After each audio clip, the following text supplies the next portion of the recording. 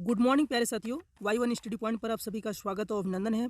प्यारे साथियों, आज की इस वीडियो में हम डिस्कस करने वाले हैं साइंस से संबंधित महत्वपूर्ण क्वेश्चन। और ये क्वेश्चन जो लिए गए हैं लूसेंट बुक से लिए गए हैं, जो कि फिजिक्स, केमिस्ट्री, बायोलॉजी आपको दिख रहा है। सभी क्वेश्चन लिए गए हैं। अभी इस वीडियो में हम फिलहाल फिजिक्स क्वेश्चन से बात करते हैं कि कितने इंपॉर्टेंट क्वेश्चन बनते हैं। तो बेसिक सबसे पहले हम देखते हैं। चलिए हम देखते हैं, वीडियो को स्टार्ट करते हैं। सबसे पहले हम बात करते हैं फिजिक्स अर्थात भौतिक विज्ञान क्या है। उसके बाद हम क्वेश्चन पर आते हैं। तो भौतिक विज्ञान की वह शाखा है जिसके अंतर्गत द्रव्य अर्थात मैटर तथा ऊर्जा अर्थात एनर्जी और उनकी परस्पर क्रियाओं का अध्ययन किया जाता है, जिसे भौतिक विज्ञान कहता है। और बात करते हैं अध्ययन की सुविधा के लिए भौतिक विज्ञान को 8 भागों में बांटा जाता है। वो भाग कौन से हैं? 8 भाग उनको देखते हैं। तो 8 भाग कौन कौन से हैं? पहला यांत्रिकी जिसे मैकेनिक्स बोला जाता है, दूसरा ध्वनि जिसे साउंड बोला जाता है, तीसरा उष्मा जिसे हीट बोला जाता है, और चौथा जो है प्रकाश जिसे लाइट बोला जाता है, और पाँचवा जो है विद्युत जिसे इलेक्ट्रिसिटी बोला जाता है, और छठा जो है चुंबकत्व जिसे मैग्नेटिज्म बोलता है, और सातवां जो है आधुनिक एवं परमाणु भौतिकी जिसे मॉडर्न एटम फिजिक्स बोला जाता है, और आठवां जो है इलेक्ट्रॉनिक्स। आई होप आप लोग समझ रहे होंगे। चलिए हम इन क्वेश्चनों पर देखते हैं। इन जो टॉपिक दिए गए हैं इनसे कैसे प्रकार क्वेश्चन पूछे जाते हैं, तो हम देखते हैं।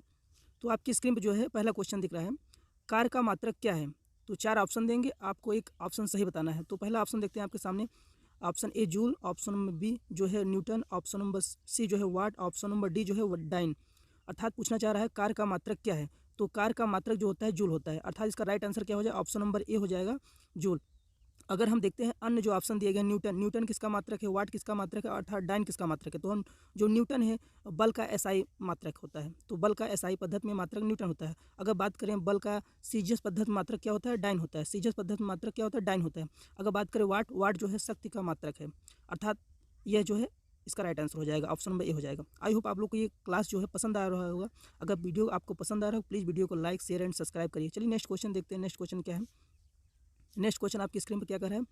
प्रकाश वर्ष किसकी इकाई है? तो इसका ऑप्शन देखते हैं। ऑप्शन नंबर ए दूरी की, ऑप्शन नंबर बी जो है समय की, ऑप्शन नंबर सी प्रकाश तीव्रता की, ऑप्शन नंबर डी जो है द्रव्यमान की। तो प्रकाश वर्ष किसका इकाई है? तो प्रकाश वर्ष जो है हमेशा जो है दूरी की इकाई होता है। क्या होता है? दूरी अधिकतर दूरी नापने के लिए यूज होता है, लंबी दूरियों को नापने के लिए। तो इसका राइट आंसर हो जाएगा ऑप्शन नंबर ए, दूरी। प्रकाश वर्ष किसकी मात्रक है? दूरी का। चलिए नेक्स्ट क्वेश्चन देखते हैं। नेक्स्ट क्वेश्चन क्या है? एम्पियर किसका मात्रक है? तो इसका ऑप्शन देखते हैं। ऑप्शन नंबर ए प्रकाश का, ऑप्शन नंबर बी जो है विद्युत आवेश का, ऑप्शन नंबर सी विद्युत धारा का, ऑप्शन नंबर डी जो है चुंबकीय क्षेत्र का। तो एम्पियर जो मात्रक होता है विद्युत धारा का होता है। किसका मात्रक होता है? विद्युत धारा का। तो इसका right answer option number C is right answer. चलिए नेक्स्ट क्वेश्चन देखते हैं। नेक्स्ट क्वेश्चन क्या है? नेक्स्ट क्वेश्चन आपकी स्क्रीन पर क्या है? निम्नलिखित में से समय का मात्रक कौन सा नहीं है? इसमें बोल रहा है कौन सा नहीं है। ऑप्शन नंबर ए देख लेते हैं। ऑप्शन नंबर अधिवर्ष, ऑप्शन नंबर बी चंद्रमा, ऑप्शन नंबर सी जो है प्रकाश वर्ष, ऑप्शन नंबर डी जो है इनमें से कोई नहीं। क्या पूछ रहा है? निम्नलिखित में समय का मात्रक कौन सा नहीं है? तो कौन सा समय का मात्रक नहीं है? तो इसमें ऑप्शन नंबर सी हो जाएगा प्रकाश वर्ष, क्योंकि प्रकाश वर्ष जो है दूरी का मात्रक होता है। प्रकाश वर्ष किसका मात्रक होता है? दूरी का। तो इसका right answer option number C हो जाएगा। अधिवर्ष और चंद्रमा जो है समय के मात्रक होते हैं। चलिए नेक्स्ट क्वेश्चन देखते हैं। नेक्स्ट क्वेश्चन क्या है? पार्सेक किसकी इकाई है? तो ऑप्शन देखते हैं। पार्सेक क्या है? समय की, ऑप्शन नंबर बी जो है दूरी की, ऑप्शन नंबर सी जो है प्रकाश की चमक की, ऑप्शन नंबर डी जो है चुंबकीय बल की। तो इसका राइट आंसर क्या हो जाएगा? पार्सेक जो होता है दूरी की मात्रक होता है, दूरी की अधिकतम। इसका मात्रक क्या होता है? दूरी का। प्रकाश वर्ष और पार्सेक जो है दूरी का मात्रक होता है। तो इसका राइट आंसर हो जाएगा दूरी का।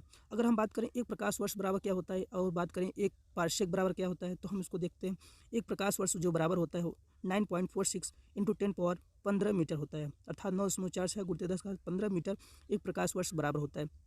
अगर वहीं बात करें एक पार्सेक बराबर तो 3.08 गुणित 10 का 16 मीटर होता है एक पार्सेक बराबर। आई होप आप लोग को ये पसंद आया होगा। चलिए नेक्स्ट क्वेश्चन देखते हैं। नेक्स्ट क्वेश्चन क्या है? निम्नलिखित में से कौन सा एक सुमेलित नहीं है? तो ऑप्शन नंबर ए देख लेते हैं। डेसिबल ध्वनि की प्रबलता की इकाई है, ऑप्शन नंबर बी जो है अश्वशक्ति शक्ति इकाई है, ऑप्शन नंबर सी जो है समुद्र मील दूरी की इकाई है, ऑप्शन नंबर डी जो सेल्सियस उष्मा की इकाई है। तो इसमें आप देखते हैं, इसमें गलत छाटना है कौन सा रॉन्ग है। तो इसमें रॉन्ग जो है ऑप्शन नंबर डी जो है सेल्सियस जो उष्मा की इकाई है, ये गलत है, क्योंकि जो सेल्सियस जो होता है मात्रक जो होता है टेम्परेचर का मात्रक होता है, क्योंकि इसमें जो है उष्मा का दिया, इसलिए ऑप्शन नंबर डी जो है इज रॉन्ग हो जाएगा। तो अगर बात करें डेसिबल जो ध्वनि की मात्रक है ये सही है, ऑप्शन नंबर बी जो है अश्वशक्ति शक्ति का ये भी सही है, समुद्र में दूरी की इकाई ये भी सही है। इसमें रॉन्ग कौन सा होगा? ऑप्शन नंबर डी हो जाएगा, क्योंकि सेल्सियस जो है इसमें उष्मा की इकाई बताया गया है, जो कि सेल्सियस जो है टेम्परेचर का मात्रक होता है। तो आई होप आप लोग को समझ में आया होगा। चलिए नेक्स्ट क्वेश्चन देखते हैं। नेक्स्ट क्वेश्चन क्या है? नेक्स्ट क्वेश्चन क्या है? ल्यूमेन किसका मात्रक है? ऑप्शन नंबर ए देख लेते हैं, ज्योति तीव्रता का, ऑप्शन नंबर बी जो है ज्योति फ्लक्स का, ऑप्शन नंबर सी जो है बल का, ऑप्शन नंबर डी जो है इनमें से कोई नहीं।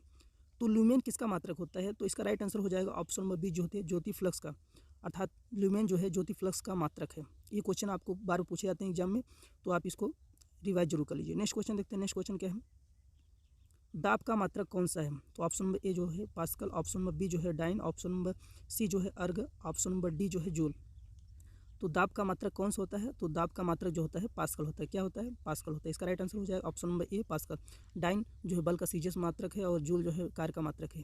चलिए नेक्स्ट क्वेश्चन देखते हैं। नेक्स्ट क्वेश्चन क्या है? नेक्स्ट क्वेश्चन क्या है, कैंडिला किसका मात्रक होता है? तो ऑप्शन देख लेते हैं। ऑप्शन नंबर ए जो है ज्योति फ्लक्स का, ऑप्शन नंबर बी जो है ज्योति प्रभाव का, ऑप्शन नंबर सी ज्योति दाब का, ऑप्शन नंबर डी जो है ज्योति तीव्रता का। तो जो कैंडिला जो मात्रक होता है ज्योति तीव्रता का होता है। क्या होता है? ज्योति तीव्रता का मात्रक कैंडिला होता है। इसका right answer option number D हो जाएगा। चलिए नेक्स्ट क्वेश्चन देखते हैं। नेक्स्ट क्वेश्चन क्या है, यंग प्रत्यास्था गुणांक का एसआई मात्रक क्या है? तो ऑप्शन देख लेते हैं। डाइन प्रति सेंटीमीटर, ऑप्शन नंबर न्यूटन प्रति मीटर, ऑप्शन नंबर सी जो न्यूटन प्रति metre square, option number D जो है मीटर प्रति सेकंड। तो यंग प्रत्यास्था गुणांक का एसआई मात्रक क्या होता है? न्यूटन प्रति मीटर स्क्वायर होता है। क्या होता है? न्यूटन प्रति metre square. Option number C is right answer. Option number C is right answer. अगर बात करें वही मीटर प्रति सेकंड जो होता है, मीटर प्रति सेकंड जो है चाल का मात्रक होता है। चलिए देखते हैं निम्नलिखित। नेक्स्ट क्वेश्चन क्या है, निम्नलिखित युग में से किन भौतिक राशियों के समान बीमी सूत्र नहीं है? तो ऑप्शन नंबर ए देखते हैं बल तथा एवं दाब का, ऑप्शन नंबर बी जो है कार्य एवं ऊर्जा का, ऑप्शन नंबर सी जो है आवेग एवं संवेग का, ऑप्शन नंबर डी जो है भार एवं बल का। इसमें पूछ रहे हैं बीमी सूत्र, अर्थात इसमें बीमी सूत्र किन राशियों के समान नहीं है? तो इसमें जो है बल और दाब का जो है समान नहीं होता है, और सभी कार्य ऊर्जा आवेग संवेग और भार एवं बल इनका समान होता है। कार्य और ऊर्जा का समान होता है, आवेग और संवेग का समान होता है, और भार एवं बल का समान होता है, बट बल और दाब का जो है समान नहीं होता। अर्थात इसका राइट आंसर ऑप्शन नंबर जो है ए हो जाएगा, बल एवं दाब। अगर हम बात करें बल और दाब का बीमी सूत्र क्या होता है, तो इसका बीमी सूत्र जो होता है बल का होता है ml टी पावर -2 होता है, और वहीं दाब की बात करें ml पावर -1 टी पावर -2 होता है। ये बीमी सूत्र होता है। इनको आप याद कर लीजिए क्योंकि ये क्वेश्चन में एग्जाम में आपके पूछे जाते हैं कहीं ना कहीं। चलिए नेक्स्ट क्वेश्चन देखते हैं। नेक्स्ट क्वेश्चन क्या है, निम्न में से अदिश राशि कौन सी है? तो अदिश राशि कौन कौन सी है? ऑप्शन में बल आघूर्ण, ऑप्शन नंबर बी जो है ऊर्जा, ऑप्शन नंबर सी जो है संवेग, ऑप्शन नंबर डी जो है उपयुक्त सभी। तो अदिश राशि बोल रहा है, अदिश राशि अर्थात स्केलर क्वांटिटी कौन सी है? तो ऊर्जा हो जाएगा। क्या हो जाएगा? ऊर्जा। इसका right answer option number B हो जाएगा, ऊर्जा। अगर बात करें संवेग और बल आघूर्ण जो है ये वेक्टर क्वांटिटी है अर्थात सदिश राशि हैं, तो इसका राइट आंसर ऑप्शन बी ऊर्जा हो जाएगा। चलिए नेक्स्ट क्वेश्चन देखते हैं। नेक्स्ट क्वेश्चन क्या है, नेक्स्ट क्वेश्चन क्या, निम्नलिखित में से सदिश राशि कौन सी है? तो ऑप्शन नंबर द्रव्यमान, ऑप्शन नंबर बी जो है समय, ऑप्शन नंबर सी जो है लंबाई, ऑप्शन नंबर डी जो है वेग।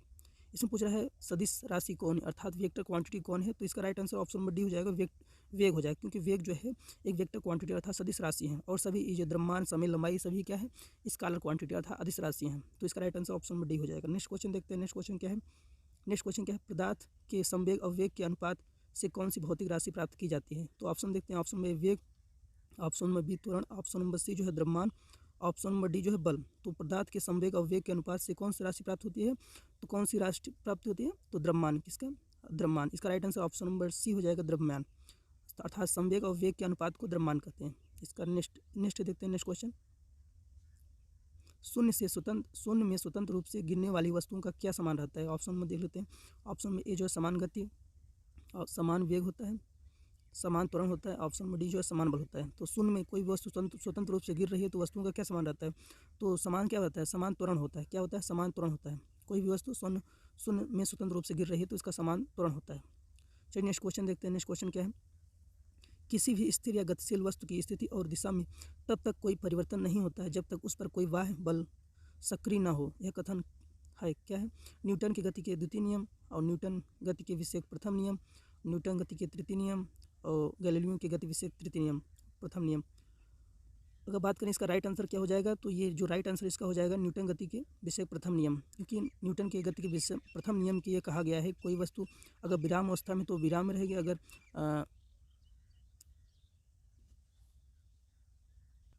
अगर गतिशील अवस्था में तो गतिशील अवस्था में रहेगी जब तक उस पर कोई बाह्य बल कार्य न करे। अर्थात इसका right answer option number B हो जाएगा, न्यूटन का गति विषय प्रथम नियम। नेक्स्ट क्वेश्चन देखते हैं। नेक्स्ट क्वेश्चन क्या है, रॉकेट किस सिद्धांत पर कार्य करता है? तो ऑप्शन देख लेते हैं। ऑप्शन नंबर ए क्या कह रहा है? ऊर्जा संरक्षण पर, ऑप्शन बी क्या है? बर्नौली प्रमेय पर, ऑप्शन नंबर सी जो है एवोगाड्रो परिकल्पना पर, ऑप्शन नंबर डी जो है संवेग संरक्षण पर। तो जो रॉकेट जो सिद्धांत काम करता है किस पर करता है? संवेग संरक्षण पर। अर्थात इसका right answer option number D हो जाएगा। ये क्वेश्चन जो है आपके एग्जाम में बार बार पूछे जाते हैं, इसको आप याद कर लीजिए। नेक्स्ट क्वेश्चन देखते हैं। नेक्स्ट क्वेश्चन क्या है, नेक्स्ट क्वेश्चन क्या, अश्व यदि एकाएक चलना प्रारंभ कर दे तो अश्वरोही के गिरने की आशंका कारण क्या है? तो ऑप्शन देख लेते हैं। ऑप्शन क्या है? जड़ता हुआ, ऑप्शन नंबर बी जो है द्रव्यमान का संरक्षण नियम, ऑप्शन नंबर सी जो है विश्राम जरूरत, ऑप्शन नंबर डी जो है गति का तीसरा नियम। तो इसका राइट आंसर हो जाएगा विश्राम जड़त्व। क्या हो जाएगा? विश्राम जड़त्व। क्योंकि जो विश्राम जड़त्व के कारण ही अगर व्यक्ति कोई घोड़े पर बैठा है तो अचानक जो है अगर वह अपनी स्थिति को चेंज करता है तो अचानक जो है आगे की तरफ झुक जाता है व्यक्ति, या पीछे की तरफ झुक जाता है, क्योंकि विश्राम उसमें जड़त्व रहता है। तो इसका right answer option number C हो जाएगा। चलिए नेक्स्ट क्वेश्चन देखते हैं। नेक्स्ट क्वेश्चन क्या कह रहा है? चलती हुई बस जब अचानक ब्रेक लगाती है तो उसमें बैठे हुए यात्री आगे की दिशा में गिरते हैं। इसको किसके द्वारा समझाया जा सकता है? तो इसका ऑप्शन एक सापेक्षता का सिद्धांत, ऑप्शन नंबर बी जो है न्यूटन का पहला नियम, ऑप्शन नंबर सी जो है न्यूटन का दूसरा नियम, ऑप्शन नंबर डी जो है न्यूटन का तीसरा नियम। तो इसका जो नियम जो लागू होता है न्यूटन का प्रथम नियम लागू होता है। इसका right answer option number B हो जाएगा, न्यूटन का प्रथम नियम। अगर बात करें न्यूटन का तीसरा नियम जो होता है क्रिया प्रतिक्रिया नियम होता है, जो कि अगर उसमें आप देखेंगे उदाहरण ज़्यादातर मिलता है नाव पर। अगर आप नाव पर बैठे हो, अचानक एक बैग आप नदी किनारे हैं, अगर आप नाव से उतरते हैं तो जिस वेग से आप आगे बढ़ते हैं उसी वेग से नाव जो है पीछे हट जाती है। तो उसमें तीसरा नियम लगता है। और अगर हम तालाब में तैर रहे हैं, नदी में तैर रहे हैं, उसमें भी न्यूटन का तीसरा नियम फॉलो होता है और आर्किमिडीज सिद्धांत भी फॉलो होता है। चलिए नेक्स्ट क्वेश्चन देखते हैं। नेक्स्ट क्वेश्चन क्या है? नेक्स्ट क्वेश्चन क्या है? 20 नंबर। बल का गुणनफल है। बल का गुणनफल है ऑप्शन नंबर द्रव्यमान और वेग का, ऑप्शन नंबर बी जो द्रव्यमान और त्वरण का, ऑप्शन नंबर सी जो भार एवं वेग का, ऑप्शन नंबर डी जो है भार और त्वरण का। तो बल का गुणनफल क्या है? अर्थात बल बराबर क्या होता है? बल बराबर क्या होता है? द्रव्यमान गुणित त्वरण, अर्थात यह बराबर ma होता है। तो इसका राइट आंसर क्या है? द्रव्यमान और त्वरण का। चलिए नेक्स्ट क्वेश्चन देखते हैं। नेक्स्ट क्वेश्चन क्या है? नेक्स्ट क्वेश्चन, शरीर का वजन पृथ्वी के किस स्थान पर अधिकतम होता है? शरीर का वजन पृथ्वी के किस स्थान पर अधिकतम होता है? तो ऑप्शन में पृथ्वी की सतह पर सभी जगह एक समान होता है, ऑप्शन ध्रुवों पर अधिकतम होता है, ऑप्शन नंबर सी जो है विषुवत रेखा पर अधिकतम होता है, ऑप्शन नंबर डी जो इनमें से कोई नहीं। तो इसका राइट आंसर क्या हो जाएगा? ऑप्शन नंबर बी ध्रुवों पर अधिकतम होता है। अर्थात शरीर का जो अधिकतम जो वजन होता है ध्रुवों पर अधिकतम होता है। तो इसका right answer option number B हो जाएगा। नेक्स्ट क्वेश्चन देखते हैं। नेक्स्ट क्वेश्चन क्या है? किसी मनुष्य का भार पृथ्वी पर यदि 600 न्यूटन है तब चंद्रमा पर उसका भार कितना होगा? तो ऑप्शन देखते हैं। 600 न्यूटन, ऑप्शन नंबर बी जो है 60 न्यूटन, ऑप्शन नंबर सी जो है 1000 न्यूटन, ऑप्शन नंबर डी जो है 100 न्यूटन। तो इसका राइट आंसर क्या होगा? जब भी हम आप बात करें चंद्रमा पर, तो चंद्रमा पर जो भार होगा पृथ्वी के 1/6 भाग होता है। तो अगर 600 न्यूटन है तो पृथ्वी पर अगर 600 न्यूटन है तो 600 का 1/6 होगा, क्या हो जाएगा? 6 से क्या हो जाएगा? 100 न्यूटन हो जाएगा, क्योंकि 600 में से 6 से डिवाइड करेंगे तो क्या आ जाएगा आंसर? ऑप्शन नंबर इसका डी आंसर हो जाएगा। ऑप्शन नंबर डी क्या है? 100 न्यूटन। अर्थात 600 को 6 से डिवाइड करेंगे तो 100 न्यूटन आएगा, क्योंकि जो चंद्रमा पर जो भार होता है पृथ्वी का 1/6 भाग होता है। तो इसका right answer option number D हो जाएगा। नेक्स्ट क्वेश्चन देखते हैं। नेक्स्ट क्वेश्चन क्या कर रहा है? 1 किलोग्राम राशि का वजन क्या होता है? क्या होगा? Option number A newton, option number B जो है 10 न्यूटन, ऑप्शन नंबर सी जो है 9.8 न्यूटन, ऑप्शन नंबर डी जो है 9 न्यूटन। तो 1 किलोग्राम राशि का वजन क्या होता है? 9.8 न्यूटन होता है। क्या होता है? 9.8 न्यूटन। इसका right answer option number C हो जाएगा। चलिए नेक्स्ट क्वेश्चन देखते हैं। नेक्स्ट क्वेश्चन क्या है? एक बीकर में पानी पर बर्फ तैर रही है, जब बर्फ पूर्णतः पिघल जाएगी तो बीकर में पानी का तल कैसा रहेगा? ऑप्शन नंबर ए देखते हैं बढ़ेगा, ऑप्शन नंबर बी जो है घटेगा, ऑप्शन नंबर सी जो है उतना ही रहेगा, ऑप्शन नंबर डी जो पहले बढ़ेगा बाद में घटेगा। अगर बात करें कोई बीकर है, अगर उसमें आप बर्फ़ डालते हैं और पिघलने के बाद क्या उसका तल जो परिवर्तित होगा या उतना ही रहेगा? तो इसका राइट आंसर हो जाएगा उतना ही रहेगा, क्योंकि जो है अगर किसी बर्फ़ को अगर किसी भी बर्तन में रखते हैं तो पहले ये एरिया वह कवर कर लेता है, क्योंकि इसमें आप बॉन्सी फोर्स इसमें आप पढ़ेंगे आर्किमिडीज सिद्धांत, उसमें बताया गया है। तो उसका जो तल होता है हमेशा उतना ही रहेगा। बर्फ़ पिघलेगा तो उसके बाद उसका भी तल उतना ही रहेगा। इसका राइट आंसर क्या हो जाएगा? ऑप्शन नंबर सी जो है उतना ही रहेगा। नेक्स्ट क्वेश्चन देखते हैं। नेक्स्ट क्वेश्चन क्या है? सड़क पर चलने की अपेक्षा बर्फ़ पर चलना कठिन होता है, क्योंकि? इसका ऑप्शन देखते हैं। ऑप्शन सड़क बर्फ़ से सख्त होती है, ऑप्शन नंबर सी जब हम अपने पैर से धक्का देते हैं तो बर्फ़ कोई प्रतिक्रिया व्यक्त नहीं करता है, ऑप्शन नंबर सी बर्फ़ में सड़क की अपेक्षा घर्षण बल कम होता है, ऑप्शन नंबर डी जो है इनमें से कोई नहीं। तो जो बर्फ़ होता है सड़क के अपेक्षा जो है उसमें घर्षण बल होता है कम होता है, इसीलिए जो है हम सड़क बर्फ़ पे जो है फिसल जाते हैं। तो इसका राइट आंसर क्या हो जाएगा? ऑप्शन नंबर सी जो राइट आंसर हो जाएगा। आई होप आप लोग को ये क्लास पसंद आया होगा। अगर क्लास पसंद आया है तो प्लीज़ वीडियो को लाइक शेयर करिए। अगर चैनल पर नए हैं तो प्लीज़ चैनल को सब्सक्राइब करिए। वीडियो देखने के लिए बहुत बहुत धन्यवाद।